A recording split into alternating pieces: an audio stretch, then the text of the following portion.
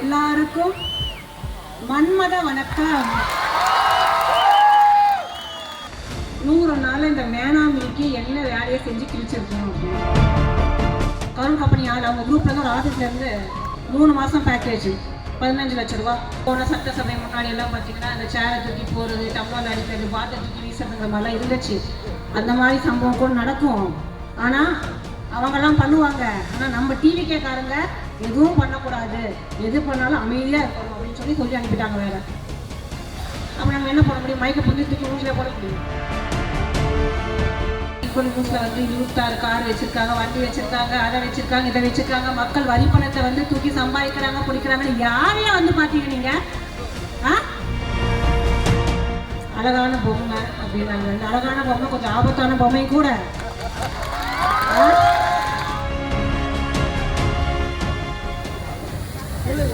தமிழ்ல வணக்கம் ஏதாவது சொன்னா உடனே ஒரு ட்ரோலை போட்டு விட்டுருவாங்க. ட்ரோல்ல வந்ததே சொல்லிடலாமா? நம்ம சொல்லிடலாமா? எல்லாருக்கும் மன்மத வணக்கம்.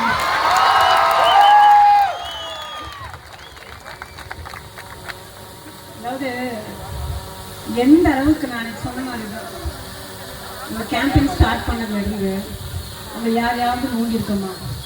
ஏதாவது ஒரு வார்த்தை பேசியிருக்கோமா? டிஎம்கே பற்றி பேசுறது கிடையாது, ஏடிஎம்கே பற்றி பேசுறது இல்லை. நான் பாட்டுக்கு சிவனேன்னு வந்து மக்களோட சேவை செய்கிறேன், எனக்கு ஒரு வாய்ப்பை கொடுங்க. நம்ம பெரியய்யா வந்து எனக்கு ஒரு ஆப்பர்ச்சுனிட்டி கொடுத்தாரு, நம்ம தங்க தளபதி. சரி வந்து ஒரு மக்களுக்கு ஒரு சேவை செய்யலாம் அப்படின்னு சொல்லிட்டு வந்தா எல்லாம் பண்ணி வந்து எனக்கு ஒரு பெரிய பக்கபலம் நம்ம அண்ணங்க தம்பிங்க எல்லாம் பின்னாடி இருக்கக்கூடிய ஆளுங்க. ஆனால் அவங்களெல்லாம் வந்து கரெக்ட் பண்ணி கொண்டு வரதுக்குள்ளார அப்பா படாத பாடுப்பா இவ்வளோதான் கிடையாது, அந்த அளவுக்கு பாடு படித்துட்டாங்க.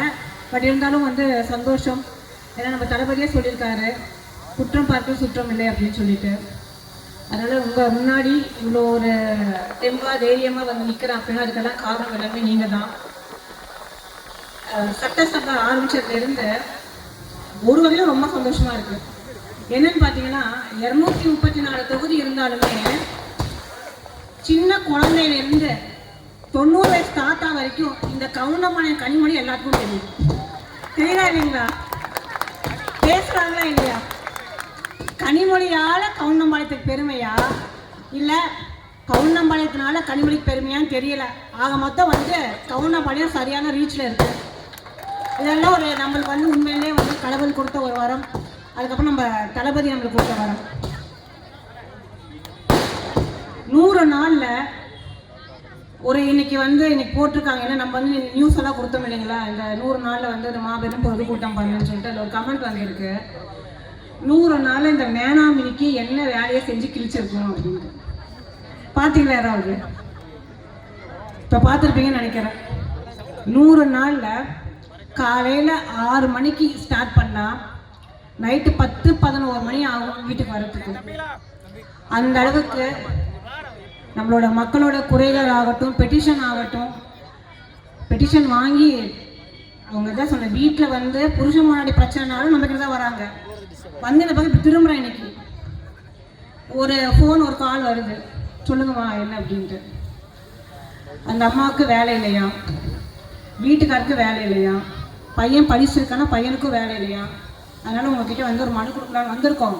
இங்கே 3 பேர்த்துக்கு வந்து ஒரு வேலை ஏற்பாடு பண்ணி கொடுங்கன்னு சொல்லிட்டு. எங்கே இங்கே நம்ம கவுண்டமங்கலத்தில் வந்து சிங்கிள் வந்து லைன் எடுக்கும்போது வருது. என்ன சொல்ல முடியும்? கண்டிப்பாம்மா பண்ணிடுறோம், சட்டசபை போயிட்டுருக்கு, முடியட்டும், கண்டிப்பாக பண்ணி கொடுக்குறோன்னு சொல்லிட்டு. அதனால் மக்களோட சேவைகளை வந்து ஒவ்வொரு விஷயமும் முகம் சுளிக்காமல் கேட்டு பார்த்து ஒவ்வொன்றும் செய்கிறதுக்காக தான் நீங்கள் என்ன ஒரு அன்போடு ஒரு ஆதரவு கொடுத்து இந்த அளவுக்கு ஒரு வாக்கு வித்தியாசத்தை வந்து ஜெயிக்க வச்சுருக்கீங்க இல்லைங்களா? அதுக்கான நான் வந்து ஒரு உங்களுக்கான ஒரு ரெஸ்பெக்ட் ஆகட்டும், உங்களுக்கான கடமையை கண்டிப்பாக செய்கிறதுக்கு நான் எப்போவுமே இருப்பேன். ஆனால் என்னென்னா இப்போ வந்து அவங்க வேலையை அவங்க பார்க்குறாங்களோ இல்லையோ, கவுண்டம்பாளையத்தில் கனிமொழி அக்கா என்ன வேலை பார்க்குறாங்க அப்படிங்கிறது வந்து ஒரு பட்டியல் இட்டுறாங்கன்னா நம்ம சொல்ல வேண்டிய விஷயங்கள் எதுவுமே இல்லை. நம்ம வந்து என்ன இப்போ இவர் நம்ம பேச்சாளர் வந்து பார்த்திங்கன்னா அவர் ராகுல் காந்தி பிரதர் அவர் பேசிட்டு போனார், நம்ம அக்பர் தம்பி அவர் பேசினார், ஸோ நம்ம இந்த 100 டேஸில் வந்து டிவிகேவோட ஆட்சி வந்ததுக்கப்புறம் நம்ம கவர்னன்ஸில் வந்து நம்ம லீடர் எந்த அளவுக்கு வந்து ஃபுல் ஃபோக்கஸ்டாக இன்னைக்கு வரக்கூடிய விஷயத்த இல்லை, அவரோட கோல் அவர் அதாவது என்னென்னா அந்த சேருக்கு யாராவது ஒருத்தவங்க வந்து கனவுல கூட ஆசைப்பட மாட்டாங்க, அந்த அளவுக்கு வந்து நம்ம தளபதி வந்து ரீச் ஆகிருக்காரு. ஒவ்வொருத்தரோட குறைகளையும் நாங்கள் அங்கே உட்காந்துருந்தாலுமே எங்களுக்கு வந்து சிஎம் முன்னாடி உட்காந்துருக்காங்க அந்த மாதிரி ஒரு ஃபீலே இருக்காதுங்க. சட்டசபை வந்து இது வரைக்கும் உள்ளுக்குள்ளே போகும்போது அவர் ஒரு மாதிரி ஒரு பயம் பதட்டம் அந்த மாதிரி இருக்கும். எங்களாம் இப்போ இங்கே இருக்கக்கூடிய ஆளுங்களாம் பார்த்திங்கன்னா நம்ம எனக்கு தெரிஞ்சு என்னோட ஏஜில் வந்து சித்தி சீரியல், அண்ணாமலை சீரியல்லாம் வந்துச்சு. அதுக்கப்புறம் என்ன சீரியல் வருது இப்போதைக்குன்னு எனக்கு தெரியலை. பிக் பாஸ் இப்போ வந்து ட்ரெண்டிங்கில் போயிட்டு இருந்துச்சு. அதெல்லாம் தாண்டிடும் இந்த சட்டசபை அந்தளவுக்கு ஒரு பெரிய அளவுக்கு ஒரு ரீச்சு. அதை டெய்லி உங்களுக்கே பார்த்துருவீங்க. நீங்கள் நான் என்ன பண்ணிட்டு இருக்கேன்னு யாருமே சொல்ல வேண்டாம், வந்துடும் இல்லைங்களா? காலையில் போய் மத்தியானம் வெளில வரதுக்குள்ளே வந்துடும் நியூஸ் வந்துடுங்க. அந்தளவுக்கு நம்ம ஊடக நண்பர் வந்து ரொம்ப சூப்பராக வேலை பண்ணிட்டுருக்காங்க. என்னன்னா ஒரு 2 நாளுக்கு முன்னாடி கூட வந்து சட்டசபையில் ஒரு காலசாரமான ஒரு பேச்சு போயிட்டு வந்துச்சு. நம்ம எதிர்கட்சி தலைவர் இருக்கார் இல்லையா, நம்ம இவர் பிரதர் உதயநிதி பிரதர், அவர் நீங்கள் நேரமெல்லாம் பார்த்து நீங்கள்லாம் வந்து ஜோசியக்காரங்கிட்டலாம் கேட்டு தானே செய்வீங்க அப்படின்னு சொல்லி ஒரு வார்த்தை விட்டார். வந்துச்சு ஒரு கடுப்பு. ஆனால் என்ன பண்ணுறது, அங்கே எதுவுமே காட்ட முடியாது, ஏன்னா நம்மளுக்கான ஒரு மரபு இருக்குது அப்படின்னு சொல்லிட்டு நம்ம தளபதி சொல்லியிருக்காரு. பேசலை, சிரிச்சாலும் பிரச்சனை, அழுதாலும் பிரச்சனை, கை அப்படி காட்டினாலும் பிரச்சனை, கை இப்படி காட்டினாலும் பிரச்சனை, அந்த மாதிரி தான் போயிட்டுருக்கு. சரி ரைட்டு, இன்னைக்கு ஒரு வாய்ப்பு கிடைக்கட்டும் நான் பார்க்குறேன்னு சொல்லிட்டு அன்றைக்கே இந்த உண்மையை சொல்லணுன்ட்டு இன்னைக்கு இந்த உண்மையை சொன்னால் கண்டிப்பாக ரீச் ஆகும். இதே ஜோதிடர்கிட்ட போன வருஷம் நவம்பர் 2025 வந்து நம்ம டிஎம்கே வேறு யாரும் நம்ம கரூர் கம்பெனி தான், கரூர் கம்பெனி ஆள் அவங்க குரூப்லேருந்து ஒரு ஆஃபீஸ்லேருந்து கால் வருது எனக்கு. என்னங்கிறாங்க, ஒரு பேக்கேஜ் 3 மாதம் பேக்கேஜ் 15 லட்ச ரூபா. எதுக்கு இப்போ இதுக்கு கிடையாதுங்க, அப்போ நான் வந்து டிவிகேக்குள்ளே நம்ம பார்ட்டிக்குள்ளேயே வரலை. என்னங்கிறாங்க, டிஎம்கே 2026 எலெக்ஷனில் வின் பண்ணுவாங்கன்னுட்டு நீங்கள் சொல்லணும், உங்களோட யூடியூப் சேனலில் போடணும்.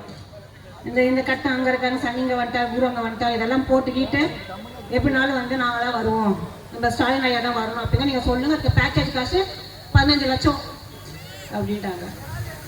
நம்ம இப்போ வந்து நம்மளுக்கு வந்து இப்போ தளபதி கிட்ட இருந்து அழைப்பு வரலை, அதனால தெரியலை இல்லைங்க. இப்போ இருக்கக்கூடிய நிலவரம்லாம் பார்த்தா நீங்கள் வர மாதிரி தெரியலை. அவ்வளோதான், நீங்கள் அம்போன்னு போயிடுவீங்க, வரப்போகிற இன்னொருத்தவர் அவர் தான் வருவார் அப்படிங்கிற மாதிரி சொல்லிட்டேன். இல்லைங்க, அது வந்தாலும் பரவாயில்ல, நீங்கள் வந்து இந்த மாதிரி உங்களுக்கு நம்மளை ஃபாலோ பண்ணக்கூடிய ஆட்கள் இருப்பாங்க இல்லையா, நீங்கள் சொல்லுங்கன்னு சொல்லிட்டு அவர் இன்னைக்கு பேசுகிறாரு. எதை பற்றி? கொள்கையை பற்றி பேசுகிறாரு. அதை நான் வந்துச்சு, ஏன்னா வந்து அங்கே பேச முடியலை. ஏன்னா வந்து சட்டசபைக்கு முன்னாடி வரும்போது நம்ம அங்கே ஃபஸ்ட்டே வரதுக்கு முன்னாடியே வந்து ஒரு டீசர் மாதிரி ஒரு ட்ரையல் பீரியட் மாதிரி வச்சாங்க. ட்ரையல் பீரியட் எப்படின்னா வந்து அங்கே வந்து ஒரு கண்ணியம் காத்து என்ன மாதிரியான இதெல்லாம் நம்ம வந்து பண்ணணும், டூஸ் அண்ட் டோன்ட்ஸ் என்ன அப்படிங்கிற மாதிரி வந்து எங்களுக்கு ஒரு ப்ரோக்ராம் கண்டக்ட் பண்ணியிருந்தாங்க. அதை வந்து காமிச்சாங்க. எப்படின்னா வந்து போன சட்டசபை முன்னாடி எல்லாம் பார்த்தீங்கன்னா அந்த சேரை தூக்கி போகிறது, டம்ளர் அடிக்கிறது, பாத்தை தூக்கி வீசுறதுங்கிற மாதிரிலாம் இருந்துச்சு. அந்த மாதிரி சம்பவம் கூட நடக்கும், ஆனால் அவங்கெல்லாம் பண்ணுவாங்க. ஆனால் நம்ம டிவிகேக்காரங்க எதுவும் பண்ணக்கூடாது, எது பண்ணாலும் அமைதியாக இருக்கணும் அப்படின்னு சொல்லி அனுப்பிட்டாங்க வேற. அப்போ நாங்கள் என்ன போட முடியும்? மைக்கை புரிஞ்சு தூக்கி மூஞ்சிலே போட முடியும், அங்கே போட முடியாது. ஆனால் நாங்கள் சிரிச்சிட்டே இருந்தாச்சு. ஆனால் இன்னைக்கு இதை பேசணும், ஏன்னா எதுக்கு நம்மளை வந்து நோண்டிகிட்டே இருந்தால் உடுங்கிட்டு ஏதாவது இருக்காங்க. இன்னைக்கு கூட நியூஸ்ல வந்து 26 கார் வச்சிருக்காங்க, வண்டி வச்சிருக்காங்க, அதை வச்சிருக்காங்க, இதை வச்சிருக்காங்க, மக்கள் வரி பணத்தை வந்து தூக்கி சம்பாதிக்கிறாங்க, பிடிக்கிறாங்கன்னு யாரையும் வந்து பாத்தீங்க நீங்க? யார் மக்கள் பணத்தை எடுத்து நாங்க வந்து சம்பாதிச்சு கார் வாங்கி சொல்லி யார் பாத்தீங்க? ஒவ்வொரு தடவை சொல்லும் போதுமே விரிவான உங்ககிட்ட என்ன ஆதாரம் இருக்கு, எங்க அமைச்சர்கள் கிட்ட கேட்க தெரியல உங்களுக்கு, ஆதாரத்தோட பேசுங்க அப்படின்னு சொல்லிட்டு. எந்த ஆதாரம் நீங்க வச்சிருக்கீங்க? மக்களோட வரி பணத்தை எடுத்து நான் சம்பாரிச்சு 1 கார் 2 கார் கிடையாது, 26 கார் அவன் வச்சிருக்கேன் நான். இவரை வந்து பார்த்தாரு. இப்போ நாங்கள் சம்பாதிக்கிறோம், நாங்கள் தொழிலில் இருக்கிறோம். இல்லை இது என்ன ஒரு கூத்தா இருக்கு? ஒரு சட்டமன்ற உறுப்பினர், ஒரு எம்எல்ஏனா செருப்பு போடக்கூடாது, தலையை சீவக்கூடாது, குடிக்கக்கூடாது, அப்படியே வரணும்னு ஏதாவது இருக்கா? நான் கேட்குறேன். எதை பண்ணாலும் அதான் இன்னைக்கு பாருங்க நம்ம இவருங்க அமைச்சர் கீர்த்தனாங்கள்லாம் அதை ஒரு டோலை போட்டு விட்டாங்க. நேராக வந்து பேசி கட்சிக்கோ மக்களுக்கோ ஒரு சரியான பதில் சொல்ல முடியாத நீங்க அப்படிதான் பொம்பளையை பற்றி பின்னாடி தான் புறம் பேசதான் தெரியும் உங்களுக்கு. வேற என்ன தெரியும்? இத்தனை பேரு இந்த சோசியல் மீடியால இத்தனை கமெண்ட்ஸ் அடிக்கிறீங்க பாருங்க. தைரியம் இருந்தா வந்து முன்னாடி ஒருத்தன் பேச பார்க்கலாம். ஒருத்தன் பேசுங்க. முன்னாடி நின்று பேசுறதுக்கு உங்களுக்கு வேணாம் பேச்சு சொல்லக்கூடாது. அது இல்லை, பின்னாடிலாம் வந்து பேசலாம். ஒரு வந்து இவங்க இப்படி இருந்துக்கிட்டு வீட்டுக்குள்ள ஆட்களை வந்து சரி செய்யாம வீட்டையும் காப்பாற்றுறதுக்கு யோகிதை கிடையாது. இவங்க நாட்டை காப்பாற்றுறாங்களா? அதை எந்திரிச்சு நான் அதை சொல்லிடுவேன், நீங்கள் அதை பார்த்து தான் பண்ணுவீங்களா, இதை பார்த்து தான் பண்ணுவீங்களான்ட்டு. அவங்க வீட்டில இருந்து நம்ம யார் எதுக்கஷ்டம் இருக்காரு இல்லைங்களா, இப்போ அவங்க வீட்டில இருந்து கூப்பிட்டு ஜெயிப்போமா இல்லையா அப்படின்னு சொல்லிட்டு கேள்வியில் வருது. அவங்களாம் வீட்டில இருந்து துரத்திடுவாங்க போல இருக்கு. ஏன்னா அவங்க வந்து ஜோசியம் பார்க்குறாங்க இல்லையா. நீ போய் உங்க வீட்டில் கேளப்பா, உங்க வீட்டில் இருக்கக்கூடிய பெண்களை கேள்ப்பா. அவங்க கூப்பிட்டு என்கிட்ட பேசுறாங்க. நான் ரெக்கார்டு வச்சிருக்கேன்ப்பா, நான் ரெக்கார்டு வச்சிருக்கிறேன், பேசுற ரெக்கார்டு நான் வச்சிருக்கிறேன். உங்க வீட்டுல இருந்து யார் பேசினாங்க, ஜெயிப்போமா இல்லையான்னு சொல்லிட்டு கேட்டது நீங்க. இப்ப இன்னைக்கு வந்து நீங்க வந்து நாங்க நாட்டிகவாதி, நான் வந்து ஜோசியம் ஜாதகத்தை வந்து நாங்க நம்ப மாட்டோம் அப்படிங்கிறீங்க. முதல்ல உங்க வீட்டை கூட ஆட்கள் இருக்குங்க, அப்புறம் நாட்டுக்கு கொஞ்சம் நீங்க அட்வைஸ் பண்ணலாம். பேசாம இருக்கிறோம், பொறுமையா இருக்கும் அப்படின்னா போட்டு நம்மளை வந்து நோண்டிட்டே இருக்கிறாங்க. சரி ரைட்டு, இந்த வந்து அழகான பொம்மை அப்படின்னாங்க. இந்த அழகான பொம்மை கொஞ்சம் ஆபத்தான பொம்மையும் கூட. அதனால தூரம் நின்று மூஞ்சி தெரியாம பேசிக்கோங்க. மூஞ்சிக்கு முன்னாடி நேரில் வந்தேன்னா அழகான பொம்மை வந்து அப்புறம் என்ன ஆடுங்கிறது அப்புறம் தெரியும். எனக்கு வந்து பேசும்போது சரியான கோபமான சரியான கடுப்பாயிடுச்சு. சரி பேச முடியாது. பொதுக்கூட்டத்தில் யார் கேட்பாங்க? இதெல்லாம் தூக்கி டெலிகாஸ்ட் பண்ணுங்க, தாராளமாக பண்ணுங்க. எங்கள் தலைவர் கூட உங்களுக்கு கேட்க மாட்டார். ஏன்னா அவருக்கே தெரியும் எந்த அளவுக்கு போட்டு டோலை தள்ளிட்டு இருக்காங்க அப்படின்னு சொல்லிட்டு. நான் எதுக்கு இதை சொல்றேன் அப்படின்னா, அதாவது வந்து பெண்கள் இத்தனை விஷயத்தையும் நம்ம வந்து தாங்கிட்டு இத்தனையும் பார்த்துட்டு ஒரு சின்ன கமெண்ட் வந்துச்சுன்னு பார்த்தீங்கன்னா வீட்டில் வந்து உடனே ஃபோன் வந்து எங்கள் அம்மா கூப்பிட்டுருவாங்க. ஐயோ என்ன பொண்ணு இப்படிலாம் போட்டுக்கிறாங்க, இப்படிலாம் பேசுகிறாங்க, அத்தை கேட்டாங்க, மாமா கேட்டாங்க, பெரியம்மா கேட்டாங்க, பெரியப்பா கேட்டாங்க, நமக்கு தேவையா அப்படின்னு சொல்லிட்டு ஒரே வார்த்தை. எங்க தளபதி இருக்கிற வரைக்கும் நாங்க இருக்கிற எதுக்குமே அஞ்ச மாட்டோம். எதை பத்தி எனக்கு கவலை இல்லை. எனக்கு எங்க அண்ணன் இருக்காரு பலமா, அப்படியெல்லாம் ஒன்றும் நடக்காது. அந்த ஒரு தைரியமும் தன்னம்பிக்கையும் நம்மளுக்கு கொடுத்தது வந்து வேறு யாரும் கிடையாதுங்க, நம்ம தளபதி தான். எதுல பிடிக்கலாம், எதுல வரலாம், எதுல நாட்டில் வந்து போடலான்னு எல்லாத்துக்கும் தெரிஞ்சு அவங்களுக்கு வேற ஒன்றும் கிடையாது. முழுக்க முழுக்க பயம், அவ்வளோதான். எல்லாரும் இப்போ வந்து நம்ம பிரதர் கூட பேசிட்டு போனாரு, இனி 2 கட்சிக்கு தான் ஓட்டு. எனக்கு தெரிஞ்சு 2 இருக்காது, ஒன்றும் நம்ம மட்டும்தான். நீ வந்து இந்த 2031 2 கட்சிகள்லாம் வந்து இந்த போட்டிங்கிற அந்த சப்ஜெக்டே இருக்காது. இனிமேல் டிவிக்கே மட்டும்தான் வாழ்க்கை ஃபுல்லும். நம்ம இப்போ ஜெயிச்சிட்டோம் அப்படிங்கிறது இல்லை. இன்னொரு 3 மாசத்துல தான் பெரிய ட்ரையல் இருக்கு. அது எனக்கான ரெஸ்பான்சிபிலிட்டி இருக்கு. உங்களுக்கு எல்லாம் வந்து நல்லது பண்ணணும். நிறைய பேருக்கு சில பேருக்கு ரொம்ப கொஞ்சம் சங்கடமாகவும் இருக்கலாம். அக்கா வந்து இப்படி பண்ணிட்டாங்க, அப்படி பண்ணிட்டாங்க, அப்படி இப்படின்னு சொல்லிட்டு அக்கா நல்லது மட்டும்தான் யோசிப்பேன், அக்கா நல்லது மட்டும்தான் பண்ணுவேன். சில பேருக்கு கொஞ்சம் சங்கடங்களாக இருந்தால் கூட காலம் வரும், அந்த சங்கடங்களுக்கெல்லாம் பதில் சொல்றதுக்கு நினைக்கிறேன். இப்போ இந்த ஒரு 3-4 மாசத்துல வந்து நம்மளுக்கு லோக்கல் பாடி எலெக்ஷன்ல ஒரு இடம் பாக்கி இல்லாம தயவுசெய்து ஜெயிச்சிருங்கப்பா, தயவு செய்து ஜெயிச்சிருங்க. இத்தனை நாள் பட்டு டயர்ட் ஆகிட்டாதீங்க, ரைட்டுங்களா? ஏன்னா வர கம்ப்ளைண்ட் எல்லாம் பார்த்தீங்கன்னா அந்த ஏரியா நம்ம தானே சொல்லுவேன், மாப்பிள்ளை வந்து அவர் தான், சட்டை மட்டும் எங்குது அப்படிங்கிற மாதிரி. இப்போ எங்கே போனாலும் சரி அங்கே இருக்கிறது வந்து நம்ம ஆட்சி தான் இப்போ, ஆனால் இருக்கிறது டிஎம்கே கவுன்சிலருங்க. அதனால அந்த வேலை செய்யறது இல்லை, இது வந்து கோஆப்ரேட் பண்ணுறது கிடையாது. அந்த பயமெல்லாம் ஒன்றுமே வேண்டாம், வந்துடுவோம், நம்ம வந்துடுவோம். இதனால இந்த 3 மாதம் ஒரு பீரியட் வந்து இன்னும் ஒரு ஹார்ட் ஒர்க் பண்ணுங்க, நல்லா பண்ணுங்க. ஏன்னா நம்ம தளபதி ஃபேஸ்க்கு கண்டிப்பாக நம்ம அதுதான் 42,000 ஓட்டு அப்படின்னா கூட வந்து நம்மளாலாம் கிடையாது. நீங்கள் வந்து ஃபுல்லாக வேலை பண்ணியிருக்கீங்க, நான் என்ன சொல்லிட்டேன். என்னால் கிடையாது. அது அந்த ஒரு முகத்துக்காக மட்டும்தான். அதை ஜெயிச்சிட்டோம். அதே முகத்தை மாஸ்கை போட்டு நம்ம இந்த 3 மாதத்தையும் வந்து ஓட்டிட்டு ஜெயிச்சிட்டோம்னு வைங்களேன். இதுக்கு மேலே லைஃப்பில் வந்து என்ன வேணும் நம்மளுக்கு இல்லைங்களா? ஒரு மிகப்பெரிய வரம் நம்மளுக்கு. அவர் வந்து நம்மளுக்கு தனிவார வந்திருக்கிறது. ஏன்னா ஒரு ஒரு பெரிய ஆப்பர்ச்சுனிட்டிங்க இது. என்ன இது வந்து ஒரு புதுசாக நம்ம வந்து இந்த பார்ட்டிக்குள்ளே வரும்போது பார்த்தீங்கன்னா, நீங்களாம் ரொம்ப வருஷம் இருக்கக்கூடிய ஆட்களாக இருக்கும். இருந்தாலும் வந்து நான் வந்து இந்த புகுந்த வீட்டுக்கு வர புது மருமக மாதிரி டிவி கேட்கு அப்படிங்கும்போது அது இருக்கதான் செய்யும். மாமியார் குடைச்சல். எனக்கு என்னன்னா வந்து பெண் மாமியார் பெண் நாத்தனாலாம் கிடையாது. ஆண் மாமியார் ஆண் நாத்தனார் அந்த மாதிரிலாம் இருக்கிறாங்க. நம்ம ஆளுங்க இருக்காங்க. தப்பில்லை, நான் தப்பில்லை. என்னன்னாலும் அதெல்லாம் தப்பு கிடையாது. ஏன்னா நாங்கள் வந்து அடிச்சுப்போம், நாங்கள் சேர்ந்துப்போம். வேற எவனும் உள்ள வந்துடக்கூடாது. அதில் மட்டும் நாங்கள் வந்து நாங்கள் அடிச்சுக்கிறோம் தெரிஞ்சு எவனாவது உள்ளே வந்தான் அப்படின்னா ஒரே வெட்டு தான். நாங்கள் சேர்த்து போட்டுருவோம். அதனால் யாரும் வந்து அதை ரீப்ளேஸ் பண்ணுறதுக்கு விடக்கூடாது. அந்தளவுக்கு நம்ம வந்து ஸ்ட்ராங்காக இருக்கும். ஏன்னா எந்த நாளுமே நம்ம குடும்பம் தானே. நல்லா ஹாப்பியாக இருங்க. இந்த இன்னைக்கு 9 மணிக்கு லாஸ்ட் டேட் போகணும். நாளே திருப்பி மறுபடியும் நாளையிலேருந்து நம்ம சுவாரஸ்யம் ஆரம்பிச்சிடுவோம். சட்டை பிரமாதமாக இருக்கும்.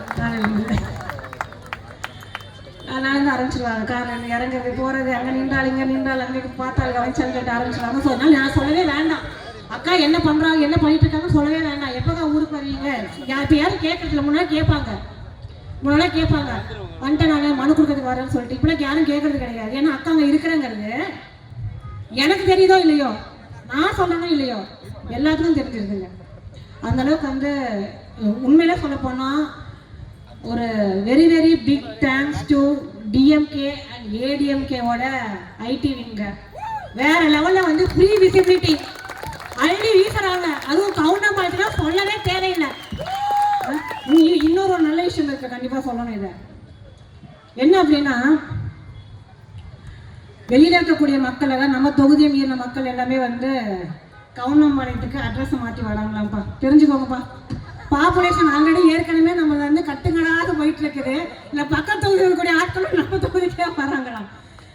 அந்த மாதிரி பேசிகிட்டு இருக்கிறாங்க. அதனால் வந்து ரொம்ப சந்தோஷமாக இருக்குது. நம்மெல்லாம் வந்து உண்மையிலே வந்து நம்ம இந்த தொகுதியில் நம்ம இவ்வளோ ஓட்டு வித்தியாசத்தை ஜெயிச்சிருக்கோம் அப்படிங்கிறது வந்து ரொம்ப பெரிய விஷயம். அந்த ஒரு all credit goes to my நிர்வாகிஸ், பிரதர்ஸ், சிஸ்டர்ஸ், அப்புறம் வந்து தாய்மார்கள், அவங்க எல்லாத்துக்குமே ரொம்ப சந்தோஷமாக இருக்குது. தேங்க்யூங்க.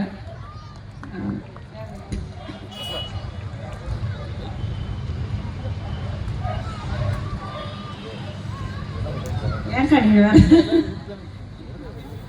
அவங்களுக்கு என்ன தெரியாதா என்ன? இல்லை பட்டா பற்றி பேசணுங்கிறது வந்து என்னையே வந்து ப்ரொபகேண்டா பண்ண சொல்கிறாங்க. அதெல்லாம் யாரும் சொல்ல வேண்டிய அவசியம் இல்லைல்ல. பேசுறதெல்லாம் கேட்டீங்கல்ல, கண்டிப்பாக பண்ணிடுவோம். சரிங்களா? நிறைய கேள்விகள் வச்சுருந்தாங்க. ஒவ்வொருத்தரும் பார்த்தீங்கன்னா வந்து மூச்சை பிடிச்சிட்டு நீங்கள் தான் கடைசி மைக்கு இனிமேல் வந்து கொடுக்க மாட்டாங்க பயத்தில். ஒரு 10 கேள்வி 2 நிமிஷம் அவர் நம்ம ஐயா ஸ்பீக்கர் வந்து சொல்லுவார். பாவம் அவர் மாட்டிக்கிட்டார். அவர் முடிஞ்சிருச்சுமா. ஆனால் உண்மையிலேயே அந்த கொடுத்த டைமில் என்ன ப்ரியாரிட்டியோ நமக்கு என்ன தேவையோ அந்த விஷயத்த வந்து நம்ம தெளிவாக சொல்லியாச்சு. கண்டிப்பாக வேறு என்ன, ஏன்னா எனக்கு வந்து அந்த பட்டா இஷ்யூ அப்படிங்கிறது வந்து ரொம்ப மேஜராக ஒரு பெரிய விஷயமா தெரிஞ்சது. நிறைய பேர் நிறைய குறைகளை சொல்லியிருப்பீங்க. இருந்தாலும் வந்து அந்த ப்ரியாரிட்டியில் பார்த்தீங்க அப்படின்னா அந்த பட்டா இல்லாமல் ஆட்கள் வந்து ரொம்ப கஷ்டப்படக்கூடிய ஆட்கள் வந்து ரொம்ப பார்த்ததுனால சரி அவங்களுக்கு முதல் கேள்விகள் வந்து அவங்களுக்கு வைக்கலாம், இந்த கோரிக்கை அவங்களுக்கு வைக்கலாம்னு சொல்லிட்டு நம்ம கொடுத்தோம். அதனால் கண்டிப்பாக வந்து நம்மளுக்கு எக்ஸிக்யூஷன் ஆகிடும்.